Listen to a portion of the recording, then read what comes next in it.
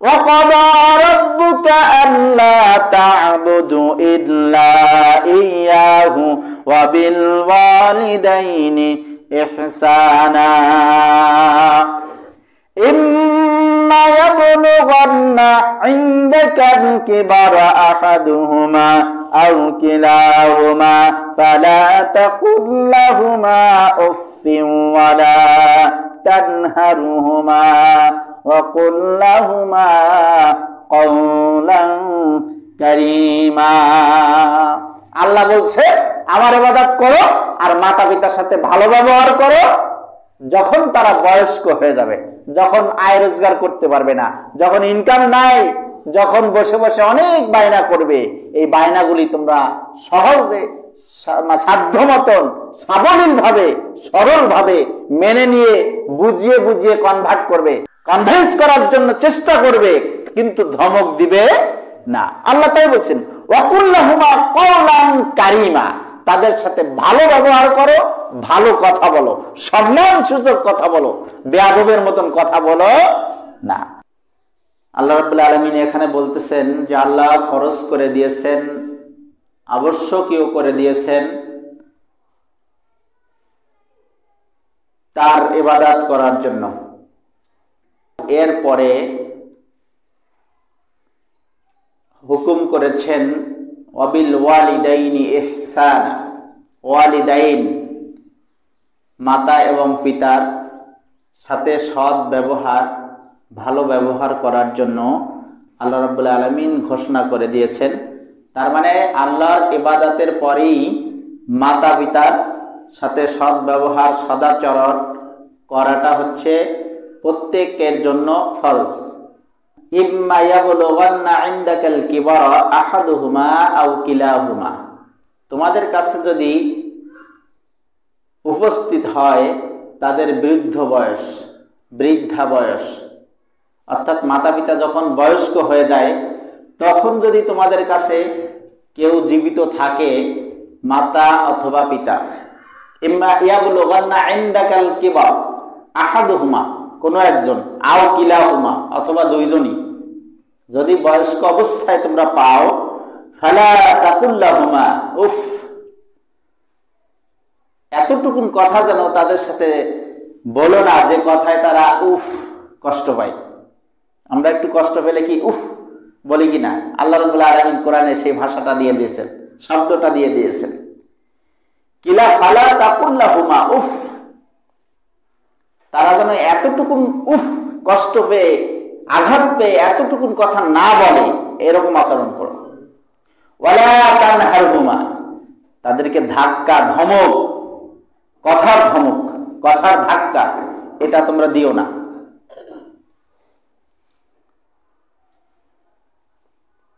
ওয়াকুল্লাহুমা কওলান কারীমা, বরঞ্চ তাদের সাথে তোমরা এতটা নমনীয়, এতটা মাধুর্যপূর্ণ, সৌন্দর্যপূর্ণ কথা বলো, সম্মানিত, সম্মান দিয়ে, সম্মানের সাথে তাদের সাথে কথা বলো। ওয়াকফিদ লাহুমা জানাহাদুল,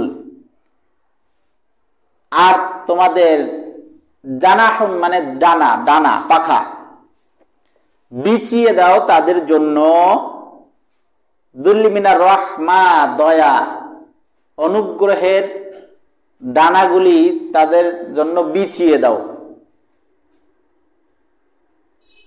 ওয়াকুর রব্বির হামহুমা কামা রব্বায়ানি সগীরা, আর তাদের জন্য তোমাদের রবের কাছে দোয়া করো,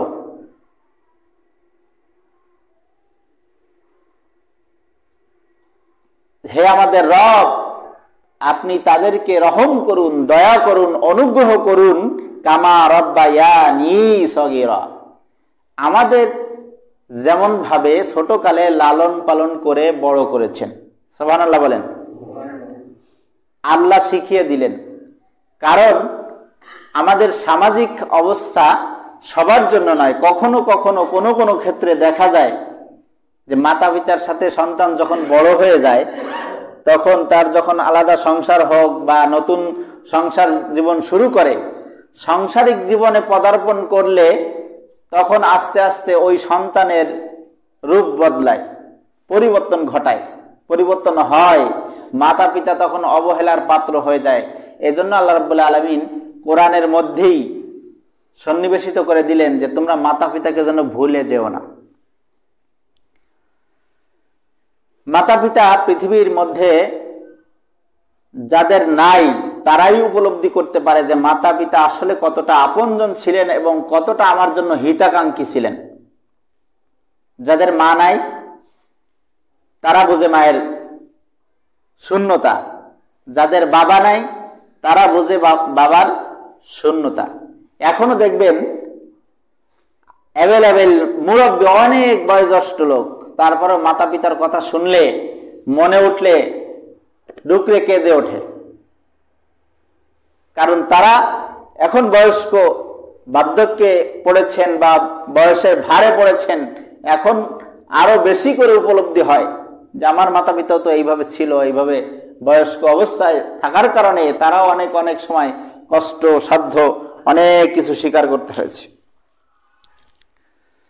পৃথিবীতে আপনার আমার আগমনের অন্যতম মাধ্যম আল্লাহর ফয়সালা আর মাতা পিতার মাধ্যমেই আপনি আমি দুনিয়ার মুখ দেখতে পেয়েছি, সক্ষম হয়েছি।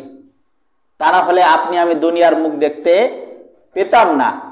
ওয়ালান তাজিদা লিসুন্নাতিল্লাহি তাবদীলা, আল্লাহর সুন্নাতের কোনো পরিবর্তন তিনি ঘটান না। তার একটা সুন্নাত আছে, তার একটা সুন্নাত মানে নীতি, রীতি, নিয়ম, তান্ত্রিকতা। আগুনের সুন্নাত হলো জ্বালিয়ে পুড়িয়ে শেষ করে দেওয়া, এটা আল্লাহ ওকে সৃষ্টিগতভাবেই দিয়ে দিয়েছেন। পানির সুন্নাত হলো যাই ওর মধ্যে পড়বে তাকে ভিজিয়ে দেওয়া, এটা আল্লাহ সৃষ্টিগতভাবে পানিকে ওই শক্তি দিয়েছেন। কিছু গাছপালা আছে না, যা আগের যুগে, আমরা তো এখন আধুনিক, কষ্ট করার মোটে রাজি না, কষ্ট করতে রাজি নয়, কিন্তু আগের জামানায় এই মুরব্বীরা যারা আছেন, দাদা নানা বয়সী, এনাদের সময় কবিরাজদের একটা মূল্যায়ন ছিল। কিন্তু গাছ গাছরা থেতলে ফেতলে রস করে বিভিন্ন রকম কবিরাজি ওষুধ, হেকিমি ওষুধ খেত। কিন্তু এখন কিন্তু অত কষ্ট করতে মানুষও যায় না, শৌখিন, প্যাকেট থেকে ছিঁড়বে, গালের মধ্যে ভরবে, গিলে খেয়ে ফেলবে, কষ্ট করার মধ্যে নাই। এই যে গাছালির যে ভেষজ শক্তি আল্লাহ রাব্বুল আলামিন দিয়ে দিয়েছেন ওর সৃষ্টিগতভাবে, কিন্তু গাছের কোনো মূলত শক্তি নাই। ওকে সৃষ্টিগতভাবে আল্লাহ ওকে এই রোগের প্রতিষেধক হিসেবে সৃষ্টি করেছেন, এই জন্য কমে। কখনো কখনো আমরা কথার মায়ের পেছে আমরা শিরকি করে বসি বা ফেলি। আমি বলে থাকি মাঝে মধ্যে, অমুক ডাক্তারের কাছে গেছিলাম, অমুক কবিরাজের কাছে গেছিলাম, সুস্থ হয়েছি, নাইলে মরে যেতাম।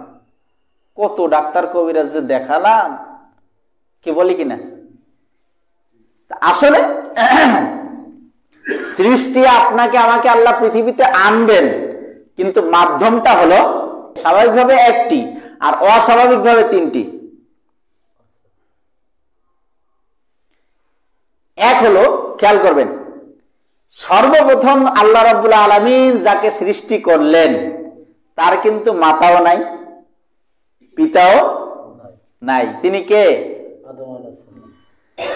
আল্লাহ রাব্বুল আলামিন জান্নাতের মধ্যে যাকে সর্বপ্রথম সৃষ্টি করেছিলেন তিনি হলেন হযরতে আদম আলাইহিস সালাম, যিনি হলেন আমাদের আদি পিতা।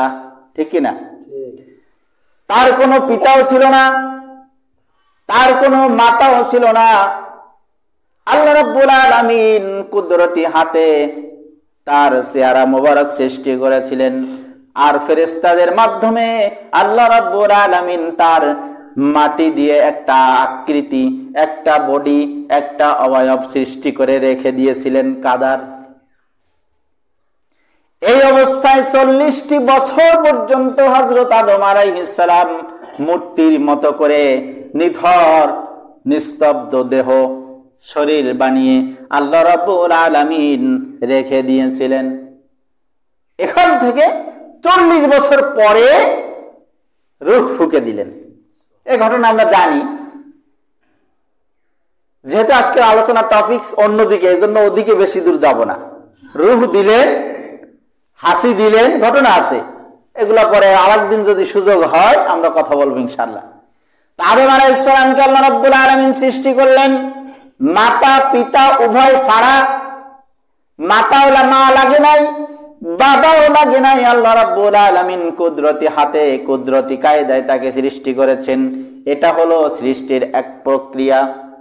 আর একটা প্রক্রিয়া হলো মাও লাগে নাই, বাবাও লাগে নাই। হযরত আদম আলাইহিস সালামের বাম পাজরের হাড্ডি দিয়ে যাকে সৃষ্টি করা হয়েছিল তিনি কে? তিনি আপনার আমার আদি মাতা মা হাওয়া আলাইহিস সালাম। আল্লাহ রাব্বুল আলামিন তাকেও কুদরত দ্বারা সৃষ্টি করেছেন। কষ্ট হয় নাকি? না রাগ হয়? সুবহানাল্লাহ বললে কি লস আছে? বরঞ্চ লাভ আছে। যতবার সুবহানাল্লাহ বলবেন তত আপনার আমলনামায় ভাগতি হবে সব। আর এই যেগুলি ওপারে গিয়ে কি হবে? কিয়ামতের দিন হাসরের ময়দানে নাজাতের ওসিলা হওয়ার সম্ভাবনা থাকবে। আল্লাহর হাবিব বলেন,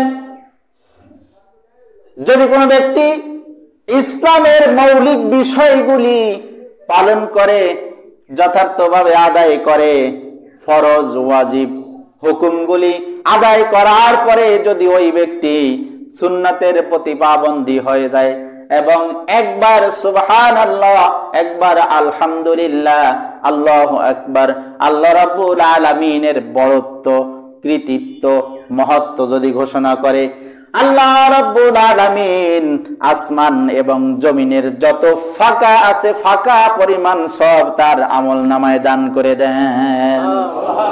বুঝলেন? সুবহানাল্লাহ ফজিলত বুঝছেন তো? কিন্তু আমরা অনেক সময় বলি যে আসমান জমিন ফাঁকা ভরে যায় কখন? আগে ফরজ ওয়াজিব এগুলো যদি আপনি আমি মেনে চলতে পারি, এরপরে যা কব তাই, নাউজুবিল্লাহ কব তাও সব, আলহামদুলিল্লাহ কব তাও সব, সুবহানাল্লাহ কব তাও সব। কিন্তু সুবহানাল্লাহ আল্লাহর বড়ত্ব কৃতিত্ব ঘোষণা যদি করা হয়, আসমান জমিনের ফাঁকা জায়গা আল্লাহ রাব্বুল আলামিন সব দ্বারা পূর্ণ করে দেন। সুবহানাল্লাহ বলেন। হযরত আদম আলাইহিস সালামকে সৃষ্টি করলেন মা বাবা কেউ লাগে নাই, আর কোন পুরুষ বা কোন নারী স্পর্শ করা লাগে নাই। মা হাওয়া আলাইহিস সালামকে আল্লাহ রাব্বুল আলামিন সৃষ্টি করলেন, মাও লাগে নাই, বাবাও লাগে নাই, কিন্তু একজন পুরুষ লেগেছে, ঠিক কিনা? মা আদম আলাইহিস সালামের বাম পাজর থেকে। এইটা গেল 2 নম্বর প্রক্রিয়া। 3 নম্বর প্রক্রিয়া হলো আল্লাহ রাব্বুল আলামিন হযরতে ঈসা আলাইহিস সালামকে সৃষ্টি করেছেন। গোটা পৃথিবীবাসী জানে তার কোনো বাবা ছিল না। ছিল নাকি? ছিল? 2-1 জনে বললেন না, তার কোনো বাবা ছিল না। তিনি হলেন মা মাধ্যমে, মায়ের মাধ্যমে তিনি পৃথিবীতে এসেছেন। এটা হলো 3 নম্বর প্রক্রিয়া। 4 নম্বর প্রক্রিয়া হলো স্বাভাবিক প্রক্রিয়া। 4 নম্বর প্রক্রিয়া হলো আল্লাহ রাব্বুল আলামিন সামাজিক ব্যবস্থা যা করে দিয়েছেন, মাতা এবং পিতার মাধ্যমে সন্তান দুনিয়ায় ভূমিষ্ঠ হয়, সন্তান দুনিয়ায় আগমন করে, সন্তান দুনিয়ায় পদার্পণ করে। এইটা হলো স্বাভাবিক প্রক্রিয়া। কারণ হযরত আদম আলাইহিস সালামকে আল্লাহ রাব্বুল আলামিন সৃষ্টি করেছেন, পৃথিবীতে আর কেউ কে এইভাবে মাতা পিতা ছাড়া সৃষ্টি করেন নাই। হযরতে হাওয়া আলাইহিস সালামকে আল্লাহ রাব্বুল আলামিন বাবা আদম আলাইহিস সালামের বাম পাজরের হাড্ডি দিয়ে সৃষ্টি করেছেন। পৃথিবীতে আর একজন দ্বিতীয় হিসেবে আর কাউকে আল্লাহ রাব্বুল আলামিন মা হাওয়া আলাইহিস সালামের সিস্টেমে সৃষ্টি করেন নাই। আবার হযরত ঈসা আলাইহিস সালামকে আল্লাহ রাব্বুল আলামিন পিতা ছাড়া সৃষ্টি করেছেন, কিন্তু পৃথিবীতে আর দ্বিতীয় আর একজন কোন ব্যক্তিকে ওই রকম পিতা ছাড়া সৃষ্টি করেন নাই, ঠিক কিনা? কিন্তু আপনাকে আমাকে আল্লাহ রাব্বুল আলামিন পৃথিবীতে সৃষ্টি করেছেন, পাঠিয়েছেন মা এবং বাবার মাধ্যমে। আপনি আমি তা না হলে পৃথিবীর মুখ দেখতে পেতাম না, সেটা বৈধ কায়দায় হোক আর অবৈধ কায়দায় হোক, ঠিক কিনা? মাতা এবং পিতার মাধ্যমেই পৃথিবীতে স্বাভাবিক আগমন আপনার আমার হয়েছে, আমাদের হয়েছে, সামাজিক যত লোকগুলি আছে সবার হয়েছে। তা সৃষ্টি প্রক্রিয়া কয়টা বললাম? মনে থাকবে তো? আদম পিতামাতা ছাড়া, পুরুষ ছাড়া, পিতামাতা এবং পুরুষ, পিতামাতা ছাড়া দুইজন লোক, একজন হলো অস্তিত্ব ছাড়াই, আর একজন লোক হলো পুরুষের মাধ্যমে, আর একজন হলো শুধু মায়ের মাধ্যমে।